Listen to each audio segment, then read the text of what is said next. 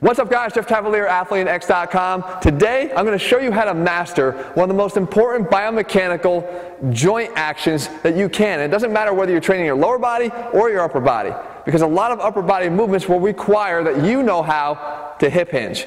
But more importantly, when you look at an exercise like the squat, I would say if you don't have a mastery of the hip hinge, if you don't know how to initiate a hip hinge, you probably shouldn't be squatting, because you're going to wind up hurting yourself.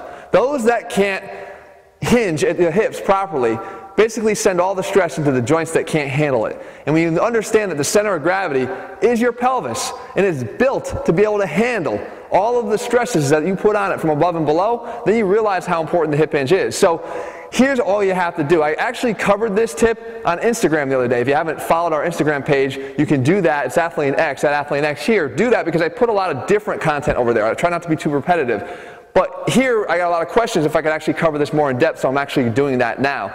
The hip hinge is one little drill that I do that allows me to feel it instantly, and I want you guys to be able to do the same.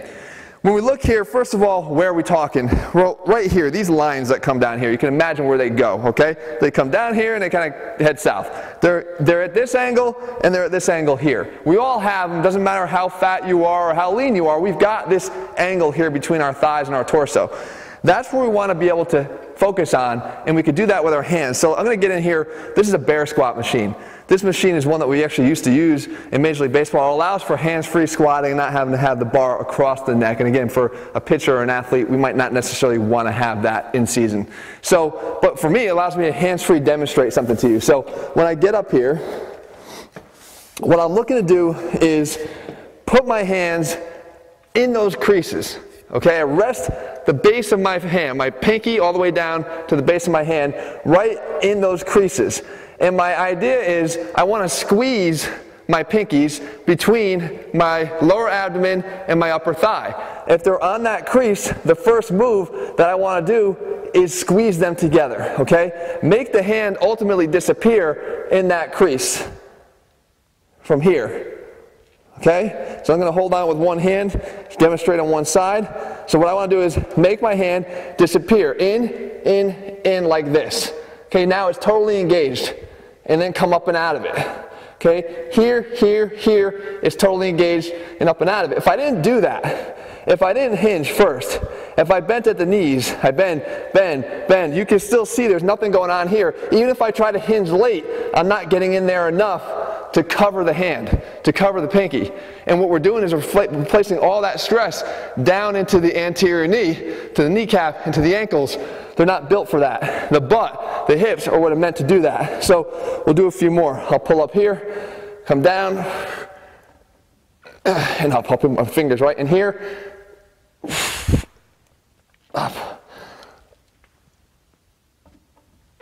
up.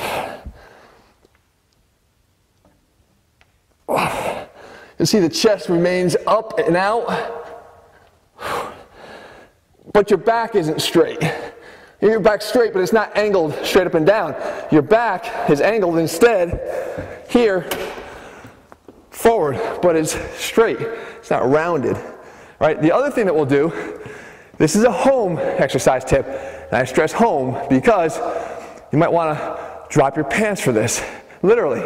So if you don't have a mini band, okay, one of the things that people tend to still struggle on if they can't hip hinge is a secondary weakness in their glute medius. So they can't allow the hips to stay in the right alignment as they drop down to the squat because their glute medius isn't strong enough and their knees start to cave in.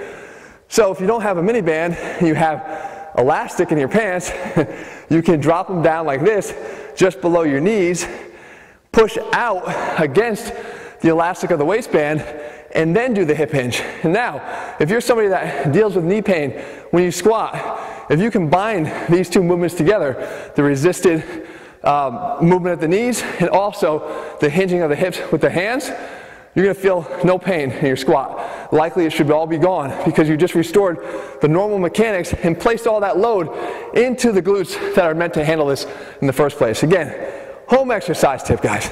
Don't start dropping your pants at the gym, okay? And again, if you want to invest in a mini band, we actually have them over at AthleanX.com. You can place them right around your knees and then go feel free to do them anywhere you want. In the meantime, guys, I hope you find this video helpful. These 2 little tips are very, very easy to do. You don't need to do them with weight. You should start with them with just your own hands and body weight, just to reinforce the movement pattern.